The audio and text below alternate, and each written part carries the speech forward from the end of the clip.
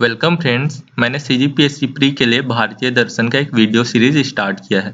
उस video series का आज ये तीसरा वीडियो है जिसमें मैं आपको नास्तिक दर्शन के बारे में बताने वाला हूँ। मैंने आस्तिक दर्शन और नास्तिक दर्शन के बारे में थोड़ा आइडिया अपने पहले वीडियो पे दिया था, वो आप आई बटन पे क्लिक करके देख लीजिएगा। मैंने आपको 5 स्टेप बताए हैं सीजीपीएससी प्री के स्टडी के लिए। उन 5 स्टेप को अच्छे से समझने के लिए आप मेरे वीडियो को जरूर देखिएगा, वो आपको आई बटन पे मिल जाएगा। तो पहला स्टेप है सिलेबस को अच्छे से समझना। तो ये सिलेबस है भारतीय दर्शन का। आज हम नास्तिक दर्शन पढ़ेंगे, तो हमारे सिलेबस में है चारवाक दर्शन, जैन दर्शन और बौद्ध दर्शन। फिर दूसरा स्टेप आ जाता है प्रीवियस ईयर क्वेश्चन पेपर का एनालिसिस करना। तो उस पर भी मैंने वीडियो लाया है, आप आई बटन पे क्लिक करके देख लीजिएगा। तो आप जब प्रीवियस ईयर के क्वेश्चन पेपर देखेंगे तो आप पाएंगे कि डायरेक्ट क्वेश्चन पूछे जाते हैं। तो हमें इस सिलेबस को भी याद रखना है, वहां से भी आपके 2 से 3 क्वेश्चन बन जाएंगे। तो इस सिलेबस को आप जरूर याद रखिएगा। तीसरे स्टेप पे आते हैं अच्छे से अध्ययन करना। तो अब हम सिलेबस के हिसाब से पहली चीज पढ़ेंगे चारवाक दर्शन। तो चारवाक दर्शन को लोकायत नाम से भी जाना जाता है। लोकायत का अर्थ होता है इस दुनिया से संबंधित।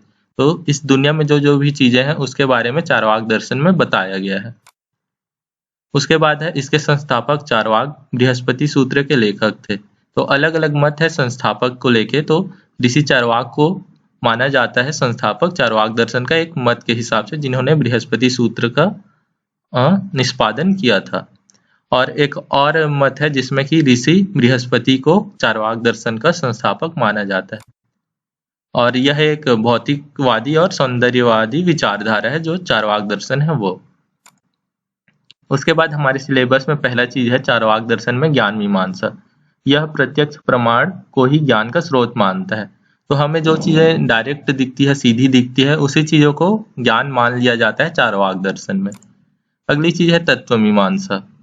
तो इंद्रियों द्वारा जो समझा नहीं जा सकता वह मौजूद नहीं है। तो चारवाक दर्शन मानता है कि जो चीजें इंद्रियां महसूस नहीं कर सकती है, जो 5 इंद्रियां हैं, वो इस संसार में एग्जिस्ट नहीं करती है, मौजूद नहीं है, जैसे कि आत्मा और ब्रह्म।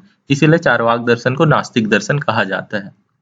और जो भी चीजें हैं इस दुनिया में, चारवाक दर्शन का मानना है कि वो 4 तत्वों से मिलकर बनी है। पहली है वायु, फिर पृथ्वी और अग्नि और जल। इन 4 तत्वों से इस संसार की हर चीजें बनी है, ये चारवाक दर्शन का मानना है। फिर चारवाक दर्शन में आता है सुखवाद। तो यह है जीवन में परम लक्ष्य काम है, सुख प्राप्त करना और दर्द से बचना ही मानव अस्तित्व का एकमात्र उद्देश्य है। तो चारवाक दर्शन का मानना है कि हमें जिंदगी में सुख प्राप्त करना चाहिए और दर्द से बचना चाहिए। यहाँ पे आप देख सकते हैं इसका परम लक्ष्य काम है। काम का अर्थ होता है खुशी मिलना या खुशी प्राप्त करना। तो ये चारवाक दर्शन का परम लक्ष्य है, जो काम है वो परम लक्ष्य है। और इसमें एक और विचार है कि अगर आपको सुख प्राप्त करने के लिए उधार लेना भी पड़े तो आप उधार ले लेना चाहिए। तो ये भी एक चारवाक दर्शन का विचार है। तो ये था चारवाक दर्शन। अब हम आगे जानते हैं जैन दर्शन के बारे में।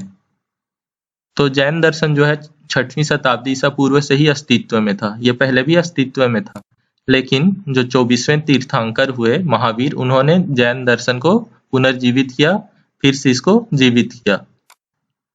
फिर अगला है निर्वाण या मुक्ति 3 रत्नों के माध्यम से प्राप्त होती है, सही श्रद्धा, सही ज्ञान और सही आचरण।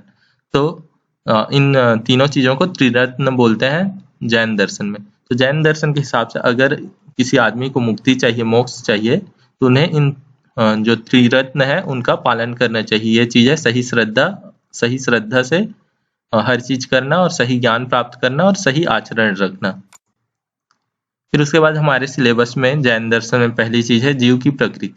तो जीव को ही आत्मा कहा जाता है, ये पहली चीज है।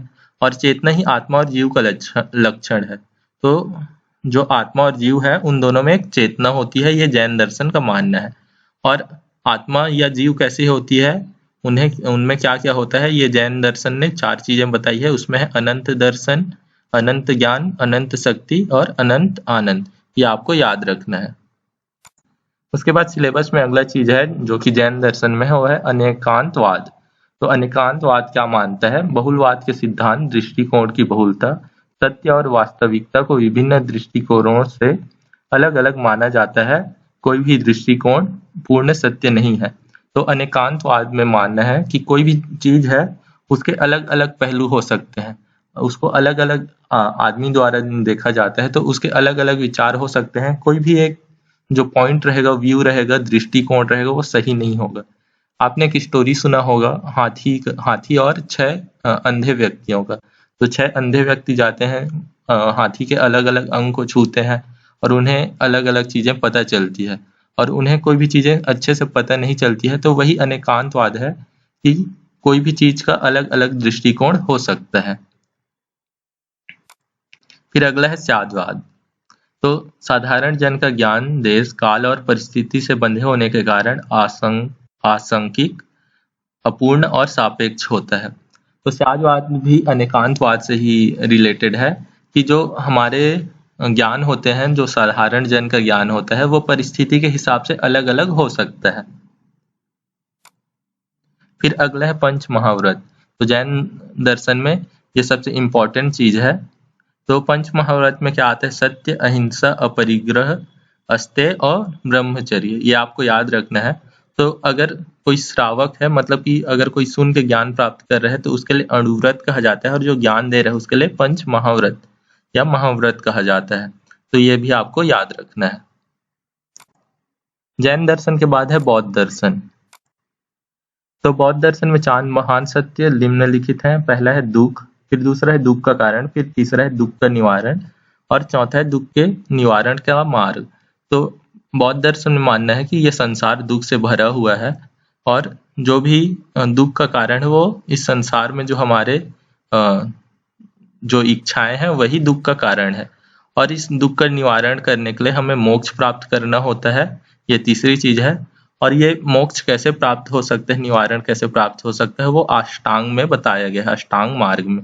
मैं वो आपको आगे बताऊंगा।